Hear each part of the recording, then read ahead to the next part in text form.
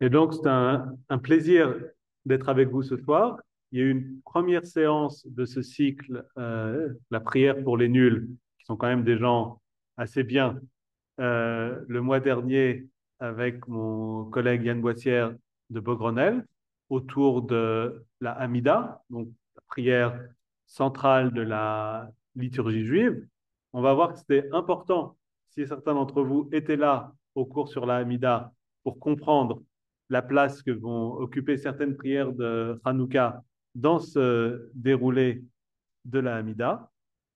Et pour préparer ce cours, j'étais bien obligé, en plus du Sidour, en plus du Shulchan Arour, en plus des textes talmudiques, d'aller jeter un œil sur un petit livre que je n'avais pas réouvert depuis très longtemps et que je consulte, je pense, pas assez, c'est le judaïsme pour les nuls. Et très honnêtement, j'avais acheté au moment de sa sortie. Je ne peux pas vous dire quand, j'ai pas revérifié la date de publication. Je pense que c'est comme beaucoup de livres, j'avais posé dans les rayonnages en me disant, et c'est vrai quand même, en tant que rabbin, il y a quelques éléments dans ce livre sur lesquels j'ai une petite idée. Et donc là, vu l'intitulé du cycle et en reprenant le livre, je me suis dit qu'il était vraiment très très bien fait et que je recommande à tout le monde non seulement de l'avoir, mais de pouvoir le feuilleter. Non, je t'en prie. Alors, il y a une grande question que nous pose le Talmud dans le traité Shabbat 21b. Elle est très simple. Maï Chanukah. Qu'est-ce que Chanukah? Et on peut se dire d'une certaine façon que les sages avaient bien planté le décor en nous demandant de définir ce qu'était cette fête, de dire ce qu'était cette fête, sachant que pour beaucoup des fêtes du calendrier juif, on a pléthore d'informations. C'est-à-dire, je ne sais pas, quand on parle de la fête de Pessah, on va trouver énormément de choses dans la Torah, dans le Talmud. Quand on parle de la fête de Rosh Hashanah, c'est la même chose. On va trouver beaucoup d'éléments. Quand on parle de la fête de Purim, on va pouvoir lire la Megillah d'Esther. Quand on parle de Hanouka, on se demande où aller chercher les informations. Parce que d'un côté, on a des informations dans les livres des Maccabées, mais ces livres n'ont pas été gardés dans le canon, dans le corpus de la Bible juive. On reviendra peut-être dessus. Et de l'autre côté, on a quelques éléments dans le Talmud, mais vraiment c'est caché Shabbat 21b du Talmud de Babylone, une petite page, quelques informations, mais rien comparé à la popularité de la fête. C'est-à-dire aujourd'hui, si je fais un petit sondage, pas parmi vous, puisque vous êtes là et vous avez déjà pas mal de connaissances, mais auprès des juifs lambda, citez-moi une, deux, trois fêtes juives. Dans le top des réponses, je suis à peu près sûr qu'on va trouver Hanouka, toute génération confondue. Et dans le même sens, je suis à peu près sûr, je me trompe peut-être, mais rares sont ceux qui, dans leur top 3 des fêtes juives, vont parler d'une solennité comme Shavuot. Alors que pourtant, d'un point de vue strictement technique, la fête de Shavuot, c'est une fête qui va être considérée comme beaucoup plus importante que Hanouka, dans la mesure où c'est une fête qui est présente dans le Chumash, dans la Torah. C'est une fête dont on a l'idée qu'elle a été donnée, instaurée par Dieu pour marquer un temps dans la vie de l'agriculture chez les enfants d'Israël, dont les sages nous disent qu'elle commémore le moment du don de la Torah. Donc, d'un point de vue technique, j'ai pris cette fête, la pauvre, j'aurais peut-être dû en prendre une autre, mais d'un point de vue technique, elle est très importante, mais au niveau de sa popularité, elle est coiffée au poteau par d'autres fêtes et notamment par Hanouka. Alors, c'est quoi Hanouka? On peut déjà traduire le mot. Hanouka, avant tout, c'est l'inauguration, le fait d'inaugurer ou de réinaugurer En l'occurrence, il s'agit de la réinauguration du temple de Jérusalem au IIe siècle avant notre ère. L'autre élément, ce sera de dire que Hanouka, c'est une fête qui va être généralement perçue, comprise comme une fête de résistance spirituelle du peuple juif à une volonté d'hellénisation du royaume, de l'empire séleucide à l'époque. On reviendra sur ce que c'était que cet empire. De l'autre côté, on va se dire, la fête de Hanouka, c'est une fête qui a véritablement une portée universelle, dans la mesure où on pourrait se dire, parler de la réinauguration du temple, d'une certaine façon, ça nous intéresse en tant que juifs, mais qu'est-ce que ça va dire au monde? Et on va voir que la fête de Hanouka, c'est une fête qui a une portée universelle, parce que dans l'histoire des religions, elle s'inscrit dans le cadre des grandes fêtes liées au solstice d'hiver, liées au moment où les jours sont les plus courts. Et effectivement, l'année avance, la journée diminue et on trouve beaucoup de célébrations dans les grandes civilisations autour de cela, la plus connue étant bien évidemment Noël. Comment ne pas y penser quand on voit les devantures des magasins, les lumières de la ville autour de ce moment de l'année. Et donc, le message de Hanouka, c'est aussi, en tant que fête des Lumières, le fait de dire que au moment où les jours rétrécissent, on a la victoire de la lumière sur les ténèbres. Et on a une très belle histoire qui nous est racontée dans le Talmud, dans le traité Avodah Zarah. C'est le traité dans lequel il est beaucoup question de tout ce qui touche à l'idolâtrie, à des pratiques païennes, et on parle notamment de ces solennités, de ces fêtes qui existent dans le vaste monde autour du solstice d'hiver. Et on nous dit que le premier à avoir allumé des lumières à ce moment de l'année, c'est Adam, le premier homme. Et on nous raconte un petit peu la manière dont Adam a été confronté au premier solstice d'hiver. Alors, on peut le prendre de manière symbolique, métaphorique, bien sûr, mais c'est très beau la manière dont le texte du Talmud nous raconte que Adam s'inquiète de voir les jours diminuer, puisqu'il voit les jours diminuer et il ne sait pas encore, vu qu'il n'a pas vécu une année entière, que les jours vont finir par revenir, le soleil va finir par éclairer plus longtemps dans la journée. Et donc, lui voit les jours raccourcir. Et donc, qu'est-ce qu'il fait pour lutter contre cette obscurité grandissante? Il va commencer à allumer une, deux, trois, quatre, cinq, etc., lumière, de façon à lutter contre l'obscurité.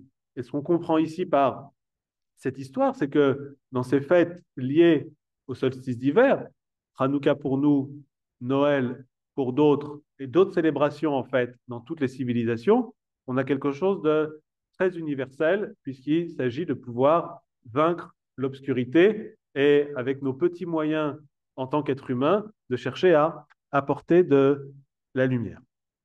Mais on va dire dans le judaïsme autour de Hanouka, ce qui est resté, c'est l'idée de la révolte des Asmonéens, la révolte des Maccabées.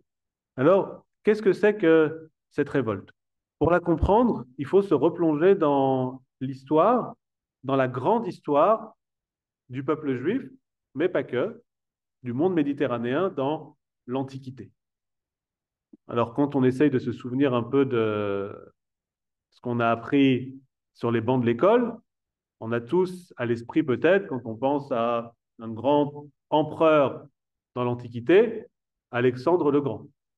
Alexandre le Grand, dont on dit que jamais sur Terre on a pu trouver un empire aussi important depuis la disparition, depuis la mort d'Alexandre en moins 323. Un empire tellement important que, à sa mort, l'empire d'Alexandre va être divisé entre ses généraux. Et on va trouver notamment une dynastie qui se met en place dans ce qui va correspondre à la partie égyptienne, tout ce qui va tourner autour du nord de l'Afrique qui appartenait à l'empire d'Alexandre et qui va être dirigé par la dynastie des Lagides. On va avoir de l'autre côté, dans ce qui correspond à la Syrie aujourd'hui et ses alentours, l'empire des Séleucides. Et évidemment, au milieu, comme toujours, le pays d'Israël, la terre d'Israël. La terre d'Israël qui, après la mort d'Alexandre, va se retrouver dans un premier temps sous domination lagide. Et c'est la première rencontre véritable entre un monde de culture grecque et ce qu'était la vie judéenne en Eretz Israël. Et il faut dire, à ce moment-là, il n'y a pas de fatalité sur le choc des civilisations ou sur le choc des cultures. Et les témoignages qui existent nous disent que les choses se passaient pas nécessairement mal, contrairement à ce que va nous dire ou nous raconter l'histoire par la suite. Donc on a, dans un premier temps, le pays d'Israël qui se trouve sous domination lagide, cette dynastie grecque en Égypte. L'histoire étant ce qu'elle est, on trouve des guerres, des conflits entre l'empire des Lagides et celui des Séleucides. On va trouver un certain nombre de guerres, qu'on appelle les guerres de Syrie, et en moins de 101 avant notre ère, on va voir la Syrie, l'empire séleucide, grignoter un petit peu sur l'empire des Lagides basé en Égypte et s'approprier, faire passer sous sa domination le pays d'Israël. Jusqu'ici, tout est normal. Les empires se font la guerre, ils vont conquérir des territoires, céder des territoires, il n'y a rien de très étonnant. Mais en 188, une grosse dizaine d'années après, les Séleucides, qui avaient grignoté une partie du territoire des Lagides, vont eux-mêmes se voir dominés par les Romains. Et à ce moment-là, comme ça se passe à chaque fois, le vainqueur, dans un conflit, dans une guerre, impose un tribut, impose un impôt à ces régions, ces populations qui ont été conquises. Et donc, où est-ce que le souverain séleucide va bien pouvoir aller chercher cet argent? Auprès des différents peuples, auprès des différents groupes qui composent son empire. Et donc, il va s'agir d'aller taper un petit peu à toutes les portes, et y compris en Judée, à la porte du temple, où le grand prêtre est connu pour amasser des sommes importantes, dans la mesure où le système d'impôt dans le monde juif accordait beaucoup d'importance à la dîme, à la somme du demi-shekel aussi qui devait être versée par tout juif en terre d'Israël ou à l'extérieur. Et donc, on parlait déjà à ce moment-là des trésors, de la fortune qui existait au temple pour son entretien et qui était levé par le grand prêtre. Et donc, il s'agit évidemment pour l'empereur qui a besoin de payer un autre pouvoir, le pouvoir romain, d'aller chercher l'argent où il se trouve, ou en tout cas à l'endroit où il considère qu'il se trouve, et suivez mon regard, toc, toc, toc, évidemment, on va aller taper à la porte de la Judée. Alors, on peut raconter l'histoire de différentes façons. On peut raconter l'histoire en parlant de Judéens, d'enfants d'Israël, de Juifs qui auraient été parfaits, bien sous tout rapport. Pourquoi pas? On peut aussi se rendre compte que dans le monde juif à l'époque, comme dans toutes les sociétés en réalité, il y a du conflit, il y a de la rivalité, il y a des désaccords, il y a des options idéologiques qui sont parfois différentes. Et c'est une leçon à l'époque, c'est encore une leçon aujourd'hui. Les dernières années n'ont absolument rien inventé. Quand le monde juif est divisé, c'est là que ses ennemis ou ceux qui lui sont hostiles peuvent prendre la main et chercher à diviser pour mieux régner, et en tout cas utiliser une partie ou un groupe contre une autre partie ou un autre groupe. Et c'est ce qui se passe à ce moment-là.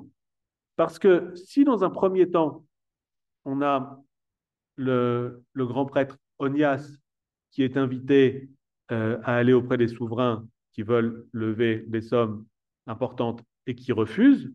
Il a un proche parent, un cousin, qui lui va dire aux Séleucides, donc aux Grecs, à ce royaume de culture hellénistique, écoutez, c'est très facile, lui c'est le grand prêtre, il refuse de payer ce tribut, moi je ne suis pas en fonction, mais si vous me mettez pas calife à la place du calife, mais grand prêtre à la place du grand prêtre, je serai en mesure de lever ces fonds et de financer le tribut que vous devez payer aux Romains.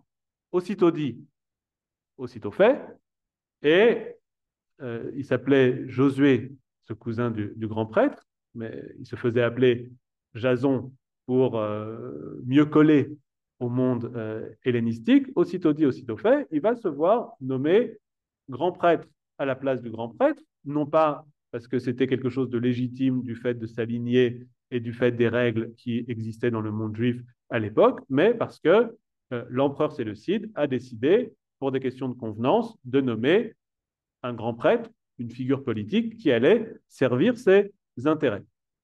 Et donc, ce nouveau grand prêtre, Jason, non content de pressuriser les Judéens, de pressuriser les Juifs pour entretenir les Grecs et assurer le maintien de sa charge à lui, va aussi chercher à helléniser le peuple juif, à faire entrer toute une série d'éléments liés à la culture, au fonctionnement des royaumes grecs dans la vie juive.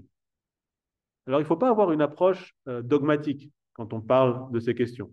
Et il ne faut pas se dire, comme pourraient le faire certains, tout ce qui vient du monde extérieur, tout ce qui vient du monde grec, c'est quelque chose d'horrible, il faut absolument s'en prémunir, et il faut préserver comme étant l'incarnation de la pureté ce qu'il y a chez nous. On voit dans un premier temps le fait d'intégrer un certain nombre de réformes issues du monde grec, c'est quelque chose qui pouvait être positif, c'était quelque chose qui pouvait être accepté par un grand nombre de personnes. Il ne s'agissait pas d'être dans une position idéologique de refus.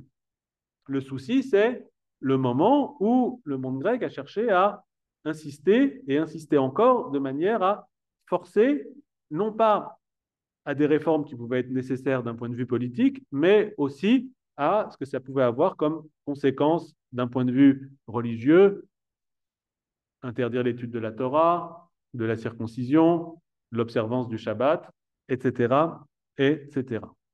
Et donc, on a vu à ce moment-là une révolte commencer à gronder, à la fois pour des questions fiscales que la population ne pouvait pas suivre, mais aussi pour des questions d'ordre religieuse, puisqu'il s'agissait de ne pas se laisser absorber par une culture qui voulait obliger la tradition juive, celle issue de la Torah, à renoncer à ce qu'elle était.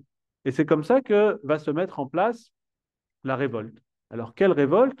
Celle qui est entamée par Mattathiaou, un prêtre de la famille des Asmonéens, qui exerçait dans un sanctuaire à Modine, ville qui existe encore en Israël aujourd'hui, et qui à un moment où il voit un juif hellénisé, donc c'est-à-dire un juif fidèle à ce royaume grec, offrir comme sacrifice un cochon dans un sanctuaire anciennement juif profané, son sang ne va faire qu'un tour et il va exécuter celui qu'il considère à ce moment-là euh, comme un vendu, comme un traître, et lancer ce qu'on va appeler la révolte des Maccabées, et avec une poignée d'hommes au début, mais qui va s'étoffer, se réfugier dans les montagnes et lancer une guérilla qui va durer pendant plusieurs années et qui va finir par libérer le pays d'Israël de la tutelle des Séleucides. Alors, on l'appelle Maccabée parce que ça vient du nom de Maccabe, c'est un marteau euh, en hébreu. C'est un petit peu comme plus tard, en France, on connaît Charles Martel, qui utilisait, c'est pas le marteau avec lequel vous plantez un clou sur votre mur pour accrocher un tableau, mais plutôt une arme avec laquelle vous êtes capable de vous battre. Et donc, eux, du fait de ces armes, ces marteaux qu'ils utilisaient, on va leur donner ce nom de Maccabée.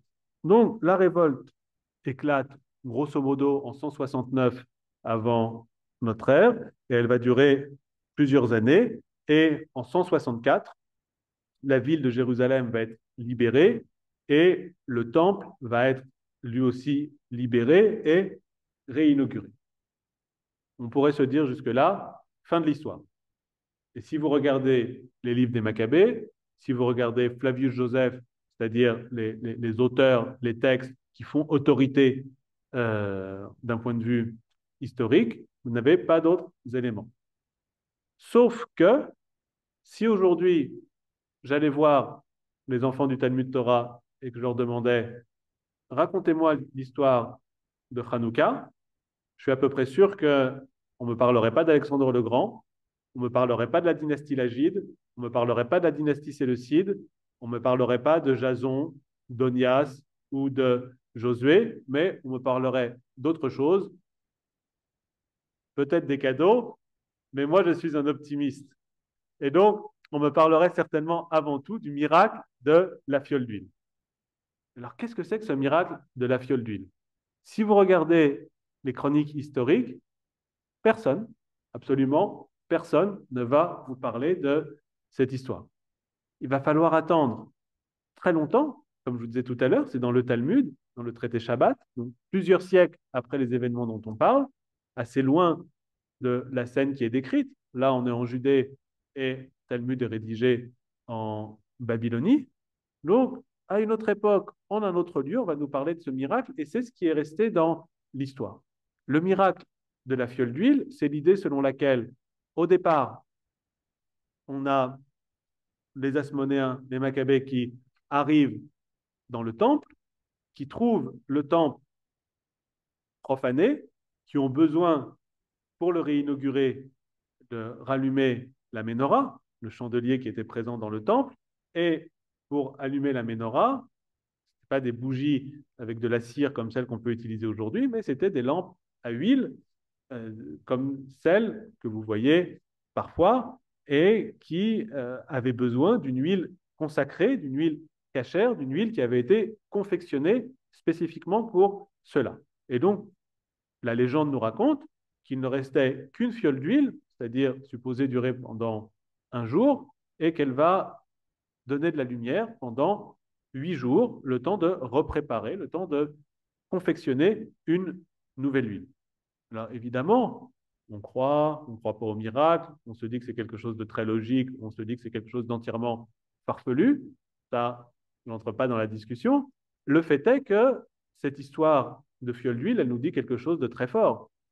Elle nous rappelle que la petite fiole d'huile qui a brûlé pendant 8 jours, c'est un petit peu comme la famille de Matatia et de son fils Judas Maccabée, qui au départ n'était qu'une poignée d'hommes, c'était rien, ils étaient très faibles, très peu nombreux, et en se battant, ils ont été capables de s'étoffer, de s'élargir, et ils ont réussi à venir à bout du pouvoir d'un empire qui était particulièrement fort, particulièrement puissant, à savoir la superpuissance ou l'une des superpuissances de l'époque dans la région.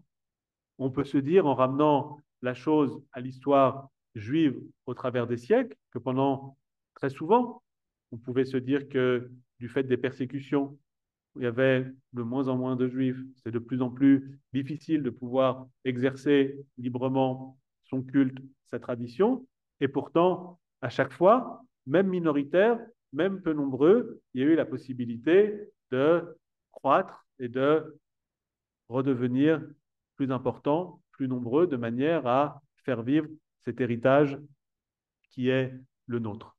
On peut penser à ce que nous racontent les commentaires autour du lien qui va exister entre le peuple juif et la lune. Vous savez, vous connaissez le nouveau mois, Rosh Chodesh, on a l'idée qu'à chaque nouveau mois, le peuple juif dit une prière particulière, et l'une des raisons, c'est qu'on va se dire, en tant que juif, on est un petit peu comparable à la lune. C'est-à-dire, si vous observez la lune et son cycle, vous voyez le fait que la lune va décroître.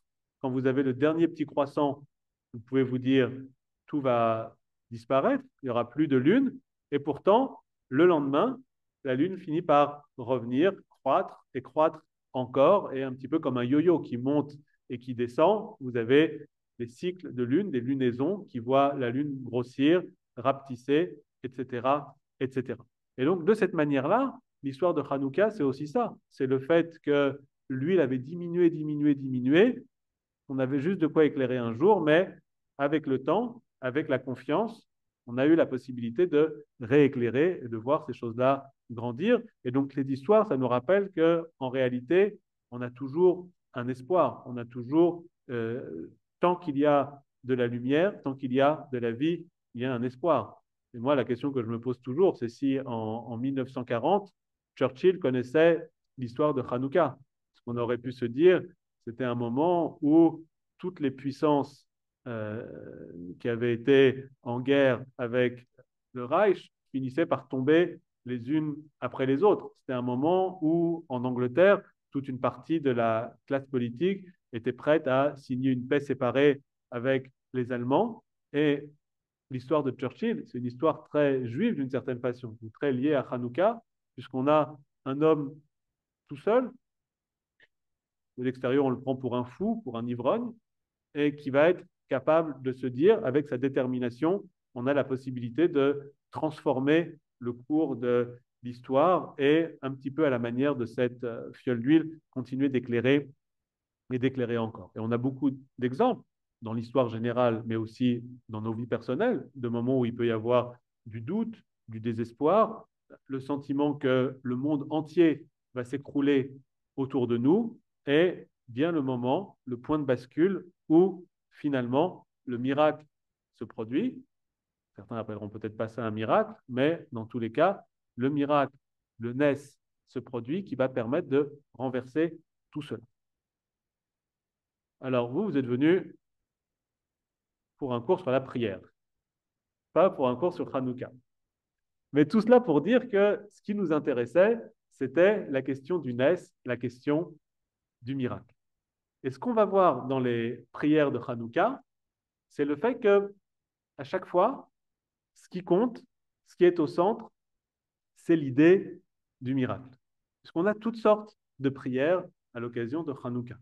On a évidemment les prières qui vont être liées à l'allumage des bougies, les plus connues. Quand à la maison ou à la synagogue ou ailleurs, on allume les bougies de Hanouka, on va dire notamment une prière à l'anissim sur les miracles que tu as accomplis pour nos ancêtres, etc., etc. Mais ce qu'on va voir ici, c'est le fait que les prières de Hanouka, elles dépassent ou elles vont au-delà des simples prières de l'allumage des bougies. La première d'entre elles, c'est un texte qui se trouve dans tous les Sidurim, dans tous les livres de prière, et qui nous dit à l'anissim pour les miracles, et qui se trouve ici. Et dans lequel on remercie Dieu, dans lequel, pour tous les miracles, pour la rédemption, pour les actes de puissance, pour les actes de salut, et pour les merveilles que tu as accomplies pour nos ancêtres en séjour à cette époque. Alors, l'introduction, on pourrait se dire, c'est quelque chose d'assez général. C'est quelque chose d'assez général parce que on pourrait se dire, Dieu qui accomplit des miracles et qui agit puissamment pour nos ancêtres, ça marche pour Pessah. Il nous a fait sortir du pays d'Égypte. On pourrait se dire, ça marche pour Sukkot. Il nous a fait vivre dans des tentes protégées pendant toute l'errance dans le désert. Ça marche pour Shavuot. Il a été présent pour nous donner la Torah. On pourrait décliner la chose pour chacune des fêtes, mais on entre dans quelque chose de plus précis, puisque le texte ici va nous dire quelque chose qui raconte une histoire.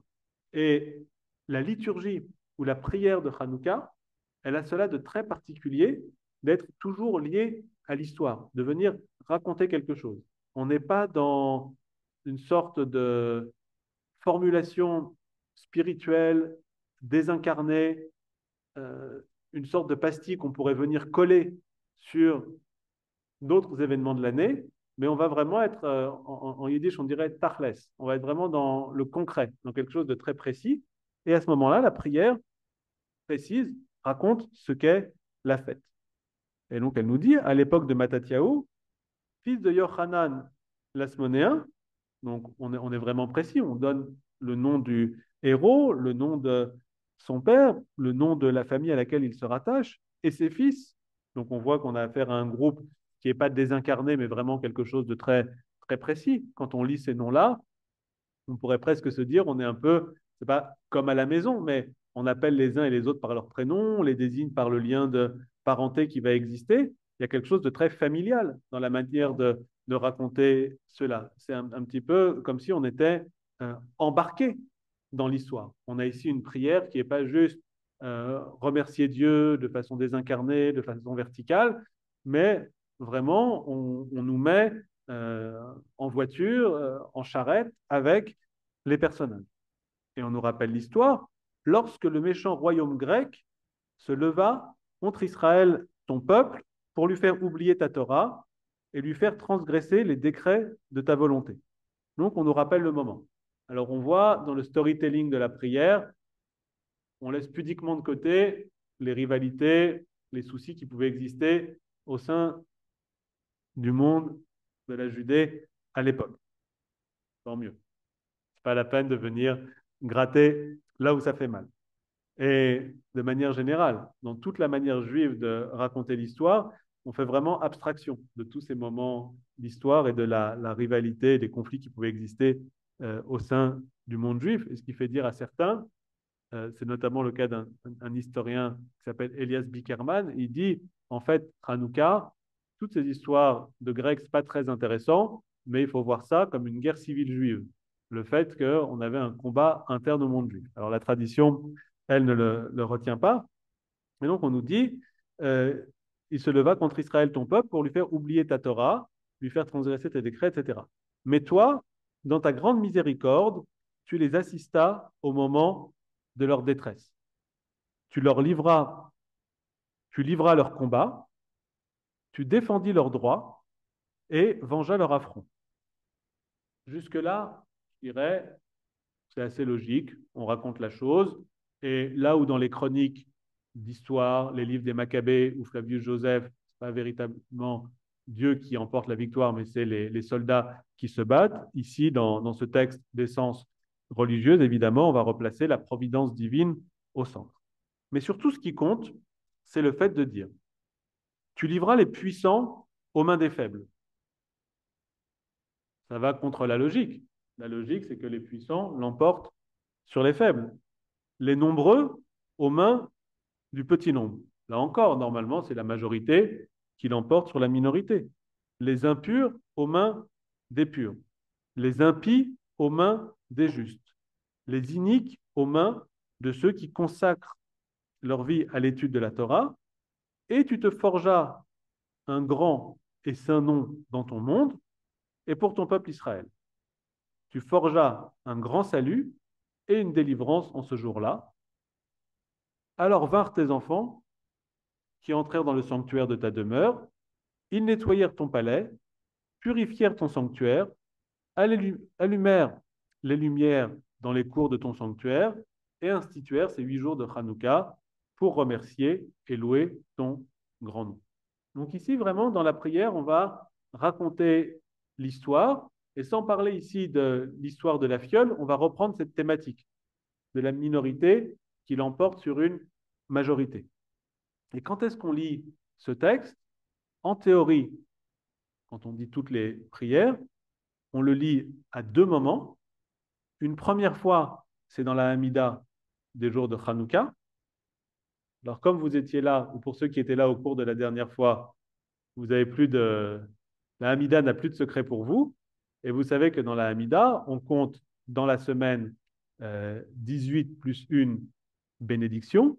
Et parmi ces bénédictions, on a une bénédiction de reconnaissance, dans laquelle on exprime un remerciement, une reconnaissance au Créateur.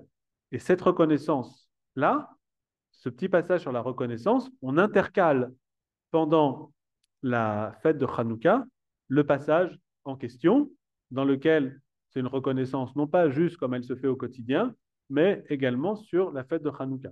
Et on trouve un texte à peu près analogue pour Purim, ou dans la bénédiction sur la reconnaissance, on lit un passage sur Purim. Donc ça, ce texte-là, on est censé le lire pendant les 8 jours de Hanouka, 3 fois par jour avec les prières, et le dire encore dans une autre prière dans laquelle on a un passage de reconnaissance, c'est le Birkat Amazon. Donc la prière qui est lue après le repas. Quand c'est à l'occasion des 8 jours de Hanouka, on ajoute, on intercale ce petit passage à l'Anissim sur les miracles. Mais alors vous allez me dire, ça c'est très bien, mais est-ce qu'on a un lien, est-ce qu'on a une connexion entre ça et le texte de la Torah? Et les sages vont nous faire remarquer quelque chose de tout à fait éclairant, c'est le fait qu'en réalité, un passage comme celui-là, bien sûr, il vient en écho, il vient illustrer ce qu'était la fête de Hanouka, mais c'est un passage qui va également entrer en écho de manière quasi miraculeuse pour le coup avec la lecture de la paracha de la semaine de Hanouka.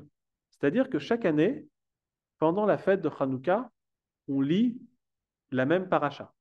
On lit des passages liés à Hanouka, bien sûr, tous les jours de Hanouka, mais parachat à Shavua, la paracha de la semaine qui tombe chaque année au moment de Hanouka, c'est la paracha, c'est marqué sur la feuille, Miketz.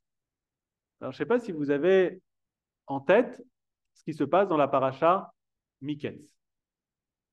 La paracha Miketz, vous l'avez compris, elle arrive dans quelques semaines et vous avez peut-être à l'esprit le déroulé des lectures dans le livre de la Genèse, dans le livre de Béréchit. Cette semaine, par exemple, Vaïshlar, c'est le moment où Jacob, sa famille, reviennent dans le pays d'Israël. À partir de la semaine prochaine, avec la paracha Vaïeshev, on va entrer dans les histoires de Joseph et ses frères et le conflit qui va exister entre Joseph, entre ses frères, et la manière dont Joseph va se retrouver vendu comme esclave en Égypte. Jusque-là, on est d'accord. Et ce qui se passe ensuite dans la paracha Miketz, c'est Joseph, esclave en Égypte, et quelle va être la grande aventure, quel va être le déclic dans l'histoire de Joseph en Égypte qui va transformer sa vie. Il y a quelques éléments, mais l'un des éléments, c'est la capacité qu'il aura à interpréter les rêves et la façon dont il va être capable de donner une clé, une grille de lecture aux rêves de Pharaon. Et on va voir qu'il y a un lien entre les rêves de Pharaon et l'histoire de Hanouka. A priori, il ne devrait pas y avoir de lien. On a affaire à une histoire qui se déroule des siècles et des siècles auparavant. Avec Hanouka, on est en Judée. Avec Pharaon, on est en Égypte. D'un côté, on a une vraie histoire. L'histoire des Maccabées, c'est une révolte, c'est quelque chose qui est quand même documenté. On a des pièces de monnaie battues par les Asmonéens. On a un royaume asmonéen qui s'est mis en place à l'issue de la révolte. On a des chroniques, des livres qui nous racontent cette histoire. L'histoire de Pharaon, le rêve de Pharaon, c'est pas étayé, c'est pas appuyé. Et pourtant, on va remarquer dans les interprétations qui vont être données le fait qu'il existe un parallèle entre ces deux histoires. Alors, qu'est-ce que nous raconte la Genèse au chapitre 41? On nous raconte donc le rêve de Pharaon. On se dit donc auparavant, euh, avant que ne débute ce chapitre, Joseph est en prison. Il a eu l'occasion d'échanger avec des gens qui l'ont oublié. Et là, on nous dit, après un intervalle de 2 années, Pharaon eut un songe où il se voyait debout au bord du fleuve. Et voici que du fleuve sortaient 7 vaches, belles et grasses, qui se mirent à paître dans l'herbage. Puis, 7 autres vaches sortirent du fleuve après elles, celles-là, chétives et maigres, et s'arrêtèrent près des premières au bord du fleuve. Et les vaches chétives et maigres dévorèrent les 7 vaches, belles et grasses. Alors Pharaon s'éveilla. Donc là, on comprend les angoisses, l'inconfort qu'il peut éprouver. Il y a des bonnes, belles, grosses vaches qui devraient dominer, qui devraient être fortes, qui devraient ne pas se laisser impressionner. Et on va voir des vaches toutes chétives, toutes fragiles, toutes faibles, qui vont l'emporter sur ces bonnes grosses vaches. Néanmoins, Pharaon se rendort.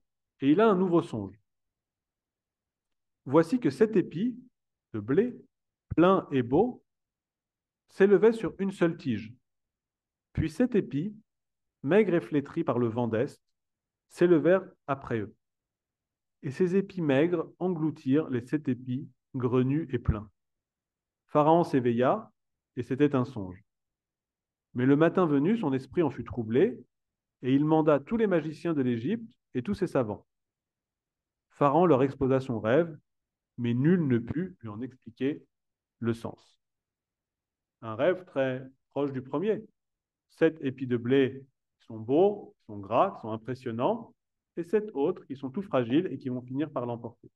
Et on va se dire qu'on a en réalité un parallèle très fort et quasi miraculeux entre cette histoire de Hanouka et les rêves de Pharaon, dans lesquels tout va à l'encontre de la logique.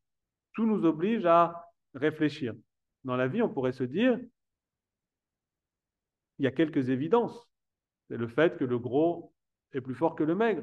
C'est le fait que le fort peut écraser le faible. C'est le fait que le riche peut l'emporter sur le pauvre.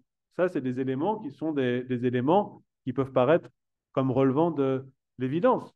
C'est l'idée que Goliath, le géant philistin, doit l'emporter sur David, l'adolescent chétif qui sort des lignées d'Israël.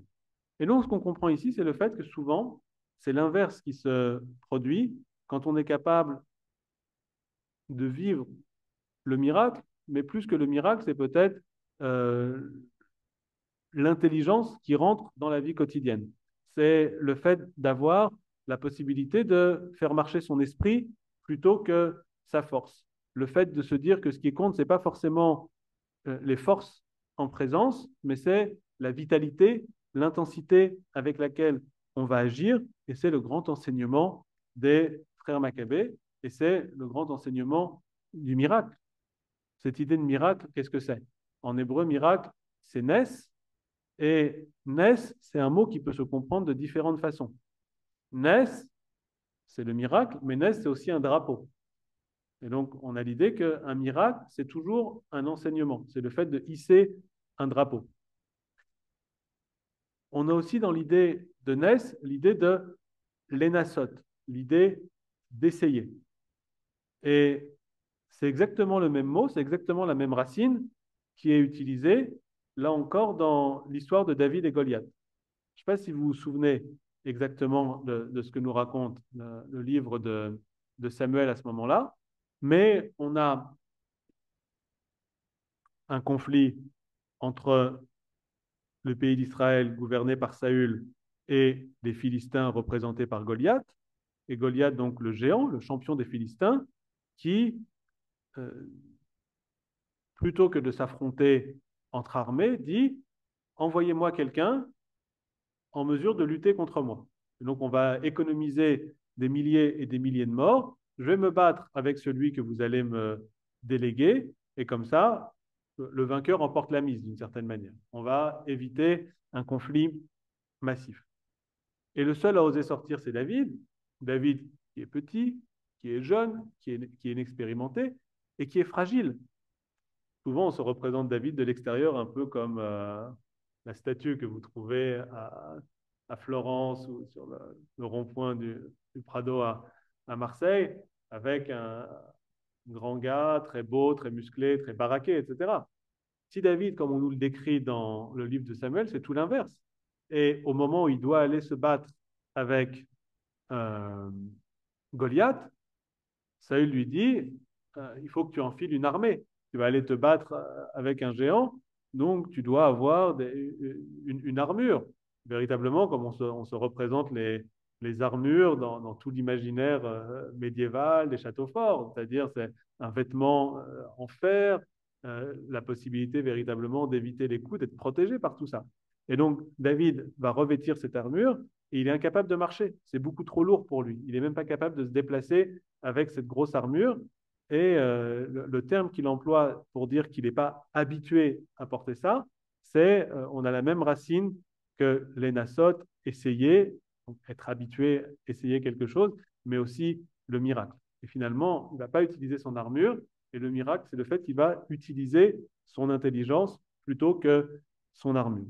Et donc, cette idée de miracle, on la retrouve partout dans la fête. Et la raison pour laquelle on allume des bougies, c'est évidemment, nous disent les textes, pour le pirsou manès, pour faire connaître le miracle. Et c'est ce qu'on dit ici dans les bénédictions de Hanouka.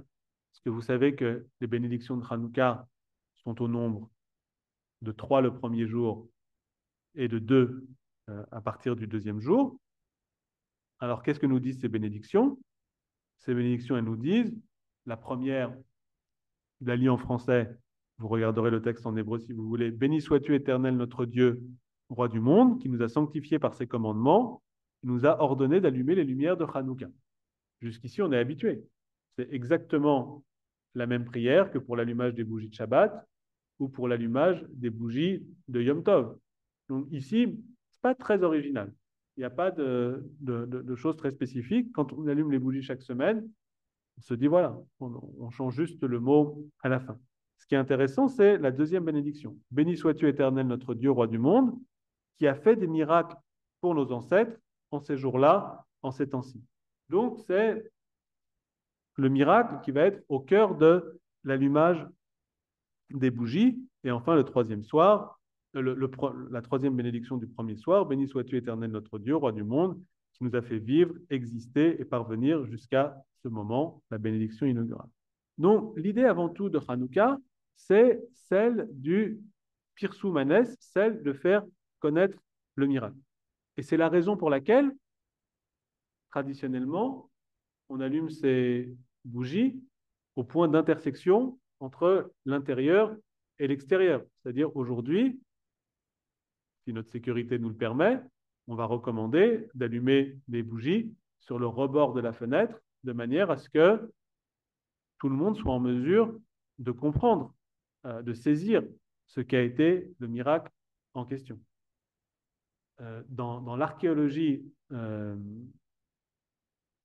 donc, du Moyen-Orient dans l'Antiquité, il y a certaines hypothèses selon lesquelles on peut repérer des maisons qui auraient appartenu à des familles juives, parce que à l'entrée de la maison, il y aurait une sorte de petit renfoncement qui n'aurait pas été le renfoncement de la mezouza, mais un renfoncement sur lequel on aurait posé une lumière à l'occasion de la fête de Hanouka. C'est-à-dire, on ne mettait même pas sur le rebord de la fenêtre, mais on mettait véritablement à l'extérieur, sur le pas de sa porte, sur le palier. Donc, véritablement, faire connaître le miracle. Ça, c'est le premier élément.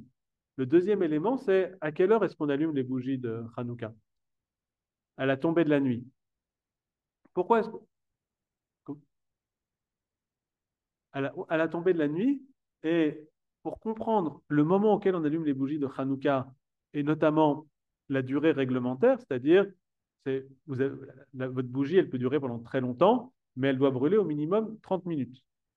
Et si vous avez été en Israël, vous allez voir, si vous passez une soirée au bord de la plage à Tel Aviv et si vous passez une soirée au bord de la plage à Deauville, vous croiserez peut-être les mêmes personnes, mais vous allez voir qu'il y a une distinction fondamentale dans le fait que le coucher du soleil, plus vous rapprochez de l'équateur, c'est quelque chose de très rapide. C'est-à-dire, quand la nuit tombe, quand le soleil se couche euh, au bord de la plage en Israël, en une demi-heure, c'est bouclé. C'est-à-dire, vous n'avez pas à faire un coucher de soleil qui s'éternise, etc. Si vous voulez prendre des photos, si vous voulez profiter du moment, il faut faire vite. C'est une ville qui dort jamais, on est pressé, donc il faut vraiment faire vite. Si vous êtes beaucoup plus au nord, que vous regardez le coucher du soleil, vous allez avoir le temps de vous ennuyer même presque, hein, le temps de le voir descendre, etc. C'est quelque chose qui est beaucoup plus long. On n'est pas positionné exactement de la même manière par rapport au soleil selon qu'on est proche ou éloigné de l'équateur. Et donc, pourquoi est-ce que les bougies brûlent autour d'une demi-heure au minimum pour la fête de Hanouka? Parce qu'on les allumait au moment de la tombée de la nuit, et donc au moment où il y avait potentiellement le plus de monde dans la rue, le moment où les gens rentraient chez eux. Et donc il s'agissait de se dire, faire connaître le miracle, et quand on dit la prière sur le miracle, on dit la prière à un moment où on est sûr que les gens vont le voir. C'est-à-dire au milieu de la nuit, quand il n'y a plus personne dehors, ça ne sert pas vraiment à grand-chose d'allumer la lumière. Au cœur de la journée, quand les gens ne font pas attention, ça ne sert pas vraiment à grand-chose d'allumer la lumière. Il faut vraiment le faire au moment où il y a du monde. Et il faut se rappeler du fait qu'aujourd'hui, une ville comme Paris, dans toutes les grandes capitales, euh, on peut se plaindre toute la journée des incivilités, de la délinquance, etc. Mais au regard de la grande histoire, on est dans des villes qui sont très très sûres. C'est-à-dire, il y a quelques siècles, le risque, ce n'était pas de vous faire piquer votre téléphone portable, c'est de vous faire couper la gorge quand vous circuliez pendant la nuit. Et donc, vraiment, la nuit, c'était le moment du danger. Et donc, il n'y avait personne qui circulait dehors pendant la nuit, à part peut-être les brigands. Mais généralement, les villes à l'extérieur n'étaient pas éclairées. Et une fois que la nuit était tombée, tout le monde était enfermé à la maison jusqu'au lendemain matin. Et donc, pourquoi est-ce qu'on allumait les bougies à ce moment-là? Parce qu'on savait que c'était le dernier moment pendant lequel on avait des gens à l'extérieur qui s'affairaient pour rentrer chez eux. Et donc, tant qu'il y avait beaucoup de monde pour regarder, il fallait être en mesure de faire connaître le miracle, de faire savoir ce qui s'était passé. Et c'est tout le sens de la dernière prière qui est ici, Anerot Alalou. Anerot Alalou, c'est déclaratif, c'est un démonstratif, c'est lumière. Et donc on dit, nous allumons ces lumières pour commémorer les miracles, les délivrances, les merveilles que tu as accomplies pour nos ancêtres en ces jours et à cette époque par l'intermédiaire de tes saints Kohanim, par l'intermédiaire des prêtres, puisque la famille des Asmonéens, c'était une famille sacerdotale. On reviendra dessus d'ailleurs, parce que le fait est que dans la vie juive et dans les textes talmudiques, les Asmonéens, donc les frères Maccabées, ils n'ont pas forcément toujours très bonne presse. On pourrait se demander pourquoi. C'est quand même des héros, des libérateurs. Et ce qui leur est reproché, notamment, c'est le fait, après avoir libéré la terre d'Israël, d'avoir été dans une sorte de confusion des genres. Et eux, c'était des Kohanim, c'est des prêtres, mais qu'est-ce qu'ils vont faire après avoir repris le pouvoir? C'est peu à la manière de Napoléon à Notre-Dame, c'est à la mode en ce moment, se mettre la couronne sur la tête et donc devenir des rois là où ils auraient dû exercer un rôle au service du temple. Et donc, c'est d'avoir été à l'origine d'une confusion entre la royauté et la prêtrise, entre la politique et la religion, entre la marche des États et de la guerre et des questions plutôt en lien avec Dieu. Je referme la parenthèse. On doit toujours garder à l'esprit le fait que le Talmud, les sages ont toujours une très grande lucidité et sévérité parfois, et que même ceux qui apparaissent comme des héros, les Asmonéens, on ne va pas hésiter à d'autres moments à les juger sévèrement, parce que d'un côté, on a la libération de la terre d'Israël à mettre à leur actif, mais de l'autre côté, il y a un passif avec le fait que ils n'ont peut-être pas, après avoir triomphé, été à la hauteur de ce qui était attendu d'eux. Donc tout ça pour dire, tu as accompli pour nos ancêtres en ces jours, à cette époque, par l'intermédiaire de tes saints Kohanim. Et pendant les 8 jours de Hanouka, ces lumières sont sacrées et nous n'avons pas le droit d'en faire un quelconque usage, mais uniquement de les regarder afin de rendre hommage à ton nom pour tes miracles, pour tes délivrances et pour tes merveilles.